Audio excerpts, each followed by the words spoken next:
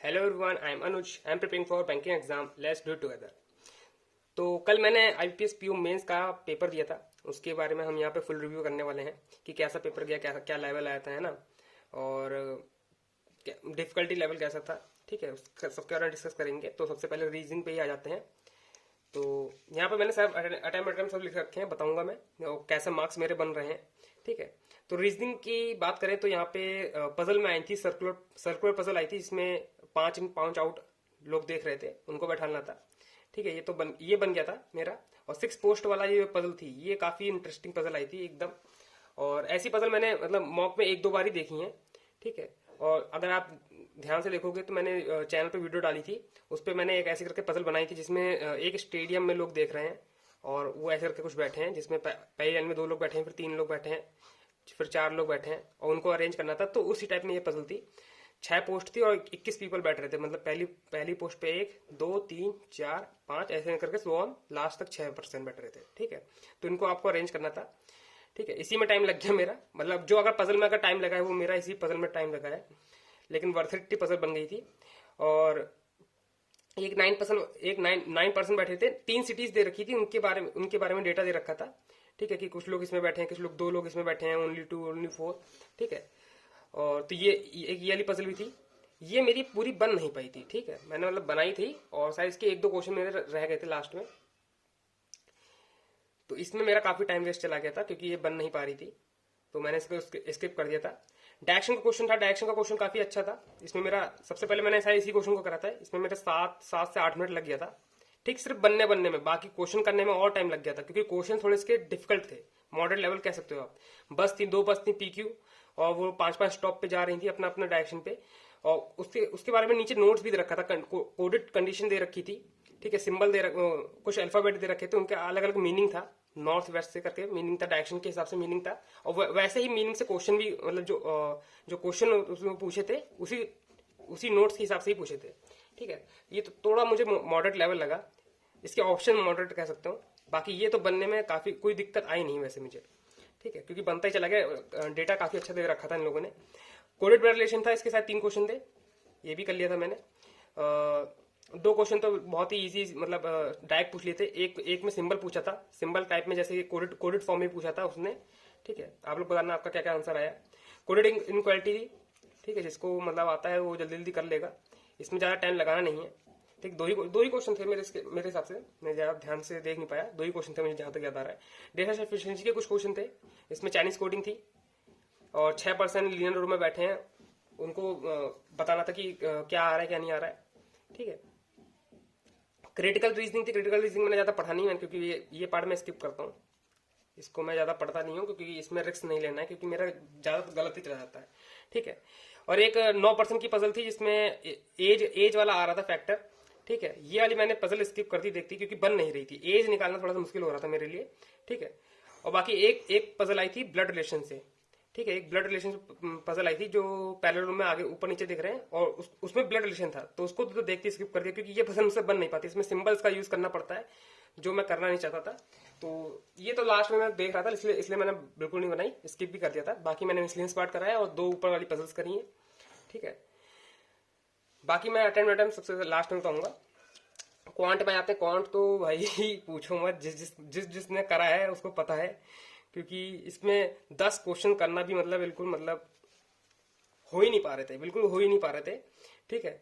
तो miscellaneous part में जिसने मिसलेनियस पार्ट का जो इसका आता है, 1-1 मार्क्स के क्वेश्चन आते हैं, वो उसने कर लिए होंगे, तो 5 से 6 क्वेश्चन बनी गए होंगे आसानी से, ठीक है। क्योंकि डीआई तो हिल ही नहीं रही थी, ठीक है। डीआई का एक पूरी डीआई सॉल्व करो तो इसमें सिर्फ 1 क्वेश्चन हो पा रहा था, आप ऐसा समझ लो, ठीक है। क्योंकि बाकी क्वेश्चन इतने लंबे लंबे देखते ही मतलब डिमोटिवेशन वहीं से आ जाता है, ठीक है। तो रॉन्ग नंबर सीरीज, इसमें रॉन्ग नंबर सीरीज आई थी, उसमें 3 क्वेश्चन थे, ठीक है। उसमें रॉन्ग नंबर बताना था आपको, और उसके बाद उसी रॉन्ग नंबर से क्वेश्चन पूछे गए थे, ठीक है। मतलब एक ही क्वेश्चन था ऐसा करके। और एक टेबलर डीआई आई थी जिसमें बुक्स के बारे में डेटा दे रखा था, 3 सन थे उसमें। फिर और इसमें परसेंटेज दे नहीं रखा है, उसके बारे में नोट्स दे रखा है, और उसकी भी इक्वेशन ना रखी है, ठीक है। आपको उसको सॉल्व करके परसेंटेज फाइंड करना है, फिर total number of books find करनी है, फिर मतलब डेटा सॉल्व करना है। इसमें काफी टाइम लग गया था इसे सॉल्व करने में, ठीक है। फिर आया था डीआई आई थी, स्पीड डिस्टेंस एंड स्पीड पे आई थी, distance and time and speed पे आई थी। ए से लेकर बी तक कुछ लोग जा रहे हैं, लोगों के नाम दे रखे थे, और वो 8 बजे निकलता है, कोई 9 बजे निकलता है, कोई 10 बजे निकलता है, ठीक है। और उनकी स्पीड का एक टाइप से समझ सकते हो रेशियो दे रखा था, 1s दे रखा था, 1.2s दे रखा था। इसको आप कन्वर्ट कर सकते हो इसमें, ये हो जाएगा 4, ये हो जाएगा 2, ये हो जाएगा, सॉरी, ये हो जाएगा 1, ये हो जाएगा 2, ये हो जाएगा 4, ऐसे करके रेशियो में कन्वर्ट हो जाएगा। और इसके बारे में मतलब काफी पूछ रखा था, एक लैंग्वेज से काफी पूछ रखा था, लैंग्वेज कि सी जो है सी आगे गया है, उसने 20, फिर उसने ए ने चालू करा है, ऐसे करके पूछ रखा था। इन लोगों के नाम थे, मुझे नाम ध्यान बिल्कुल नहीं आ रहे हैं, ठीक है। तो ये मैं तो इसको मैंने कैट लेवल का मैं समझ सकता हूँ, इसको कैट लेवल क्वेश्चन समझ सकता हूँ, क्योंकि ऐसे क्वेश्चन मैंने कैट लेवल में देखे हैं। मैंने कैट ऐसे सॉल्व नहीं करा है, लेकिन जो यूट्यूब पे कैट लेवल के जो क्वेश्चन पड़े होते हैं ना, उसमें लैंग्वेज वाले क्वेश्चन जो होते हैं वो ऐसे ही होते हैं, ठीक है। एक डी आई थी, स्ट्राइक रेट पे आई थी। क्रिकेट, जो लोग क्रिकेट खेलते हैं उनको पता है, पाई चार्ट दे रखा था, रन दे रखा था, बॉल्स दे रखा था, फिर उसका डेटा निकाल के करना था। इसको तो देखते ही स्किप कर दिया, क्योंकि स्ट्राइक रेट निकालना बिल्कुल मेरे बस की बात नहीं थी, टाइम भी बहुत हो रहा था, ठीक है। हो यह रहा था कि मैं बार बार क्वेश्चन अटेम्प्ट कर रहा था, नहीं हो पा रहा था, फिर मैं वापस जाके फिर क्वेश्चन देख रहा था कि क्या पता कोई वो जो मैं पहले अटेम्प्ट कर रहा हूँ वो हो जाए दोबारा, पर ऐसा हो नहीं पा रहा था, क्योंकि काफी मतलब मुश्किल आ रही थी मुझे कौन सेक्शन को अटेम्प्ट करने में। डेटा सफिशिएंसी के कुछ क्वेश्चन थे, अर्थमेटिक के था, क्वाड्रेटिक क्वेश्चन आई थी, ठीक है। लेकिन ऐसे बिल्कुल रूट्स निकालने वाली नहीं आई थी, रूट्स के साथ खेलने उन्होंने दे दिया था, ठीक है। रूट्स आए हैं, फिर उनके साथ रिलेशन बना के आंसर निकालना था, काफी डिफिकल्ट हो रहा था,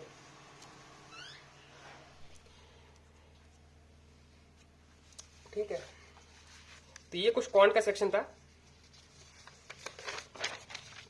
फिर आते हैं इंग्लिश लैंग्वेज पे, ठीक है। इंग्लिश लैंग्वेज पे ठीक ठाक था, मतलब इतना अच्छा नहीं गया। जो इंग्लिश लैंग्वेज जैसी आती वैसे आई थी, इसमें ज्यादा ग्रामर नहीं आता है, अंडरस्टैंडिंग वाला आता है। स्टेटमेंट वाले क्वेश्चन आए थे, स्टेटमेंट लिखी हुई थी और फिर 5 ऑप्शन दे रखे थे, तो बताना है कि आपको इसमें से कौन सा सही है कौन सा गलत है, मतलब इसमें मतलब जो डिस्क्राइब कर रहा हो इसको, ठीक है। ये सारे 2 मार्क्स के थे ये क्वेश्चन, ठीक है। तो इसको करा था। वर्ल्ड रिप्लेसमेंट थे, उसमें फिलर के साथ था, मतलब ABCD दे रखे थे, उनको रिप्लेस करना था, और फिर एक फिलर दे रखा था, उसको भी बताना था आपको ऑप्शन के थ्रू, ठीक है। आरसी आई थी, आरसी को कोविड पे बेस आई थी, आरसी करा था। इसके शायद 5 से 4 क्वेश्चन मैंने करे थे इसके, ठीक है। एक और आरसी आई थी जिसमें पैराग्राफ आ गया था, ठीक है।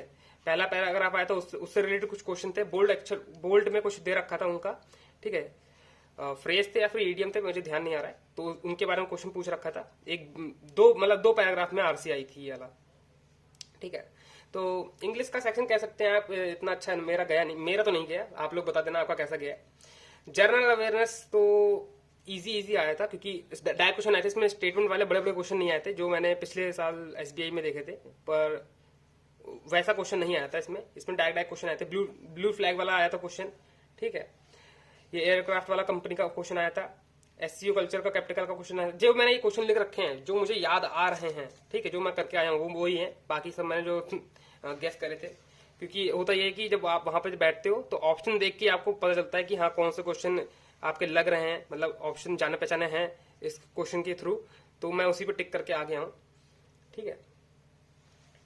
बाकी जनरल अवेयरनेस का मैंने काफी यूट्यूब पे देखा है, उन लोगों ने डाल रखा है, ठीक है। जिसने रिव्यू कराया जी के जनरल अवेयरनेस के लिए, उन्होंने पूरे पेज मैंने देखे हैं, टेलीग्राम ग्रुप पे पेज आ गए हैं, तो आप लोग वहां से भी देख सकते हो। तो ऐसा कुछ मेरा पेपर था। मुझे रीजनिंग जो लगी वो मॉडरेट लेवल लगी एकदम, ठीक है। जनरल अवेयरनेस आप इजी टू मॉडरेट कह सकते हो, इंग्लिश लैंग्वेज भी इजी टू मॉडरेट कह सकते हो, लेकिन जो DI मुझे आया था, कॉन्ट लेवल आया था, वो एकदम हार्ड लेवल आया था, ठीक है। उसको तो आप नकार ही नहीं सकते हो, लेकिन किसी तरह मैंने 13 क्वेश्चन करे हैं इसमें, ठीक है। 2 मार्क्स वाले भी हैं, 1 मार्क्स वाले भी हैं। मैं सोच रहा हूँ मेरे 18 मार्क्स आ जाएंगे किसी तरह, तो सही रहेगा, है ना। इंग्लिश लैंग्वेज में मैंने 20 ही क्वेश्चन करे हैं, और इसमें 20 अगर सही चला गया तो 20 से 22 मार्क्स तक आ जाए, ठीक है, तो मेरा सा काफी अच्छा चला जाएगा। और जनरल अवेयरनेस जो है वो मैंने 25 मार्क्स करे हैं, ठीक। 15 मार्क्स तो मैं श्योर हूँ, लेकिन 10 मार्क्स में बिल्कुल श्योर नहीं हूँ, क्योंकि उसमें मैंने एक टाइप से गैस ही करा है। रीजनिंग एबिलिटी मैंने 26 अटेम्प्ट करे थे, और जो मैं मार्क्स उस टाइम पे गिन रहा था तो 30 से 32 बन रहा था मेरा, ठीक है। और डिस्क्रिप्टिव में मैंने लेटर करा था, वो आपको मैनेजर को लिखना था लेटर कि मशीन नहीं चल रही, प्रिंटिंग मशीन नहीं चल रही है, पासबुक प्रिंटिंग मशीन नहीं चल रही है, ठीक है। तो उसके ऊपर लेटर लिखना था, ये वाला क्वेश्चन करा था मैंने। और एसए में मैंने इकोनॉमी वाला करा था, इकोनॉमी वाला करा था। ठीक है, तो ये कुछ ऐसा मेरा पेपर रहा था आईबीपीएस पीओ मेंस का। देखते हैं आप कितने मार्क्स आते हैं। मैंने अटेम्प्ट तो ठीक ठाक करे हैं, मुझे लग रहा है ऐसा। और मार्क्स जैसा मैं यहाँ पे प्रिडिक्ट कर रहा हूँ, अगर वैसे मार्क्स आ गए तो क्लियर हो जाएगा। और होप सो कि इस बार इंटरव्यू में जाने का मौका मिल जाए। ठीक है, और ठीक है, अब आज तो कुछ नहीं करेंगे, लेकिन कल से फिर हमें एसबीआई पीओ के लिए तैयारी करनी पड़ेगी, और एसबीआई क्लर्क मेंस के लिए भी तैयारी करनी पड़ेगी। अगर हो सके तो मैं मॉक लाता हूँ मेंस के ऊपर, क्लर्क के ऊपर, नहीं तो एसबीआई पीओ का जो प्री लेवल होगा उसके ऊपर तो हम मॉक लाएंगे। ठीक है, और रीजनिंग का ही लाएंगे। टारगेट मेरा यही रहेगा, इसमें भी 65 के आसपास रहेगा प्री में। और एसबीआई क्लर्क के लिए मुझे अभी सोचना पड़ेगा, क्योंकि आज तक मैंने प्री नहीं दिया हूँ मेंस का, पता नहीं क्या हो रखा है। पीओ तो हो जाता है, पीओ का प्री तो हो जाता है, लेकिन जो क्लर्क के प्री होते हैं वो बहुत ही मुझसे तो अभी तक नहीं निकल पाए हैं। तो होप से सोच रहा हूँ इस बार एसबीआई क्लर्क निकल जाए मेरा। ठीक है, तो ये कुछ मेरा आईबीपीएस पीओ का मेंस का रिव्यू था। आप लोग कमेंट बॉक्स में बता देना कि आपने कितने मार्क्स स्कोर करे हैं। मार्क्स बताना, अटेम्प्ट मत बताना, पूरे मार्क्स बताना। ठीक है, रीजनिंग एबिलिटी में इतने मार्क्स करे हैं, जनरल अवेयरनेस में इतने, आपके अकॉर्डिंग। ठीक है, तो इससे मुझे काफी हेल्प मिलेगी जानने में कि हाँ कैसा लगा था आपको पेपर। और आपको लोग बता देना कि पेपर कैसा था, आपके हिसाब से मॉडरेट था कि इजी था कि हार्ड था। ठीक है, तो आज के लिए इतना ही, मिलते हैं आपको नेक्स्ट वीडियो में। तब तक के लिए bye bye, and that's all for today. I will meet you guys in next video. Till then, work hard and stay motivated. Thank you guys for watching.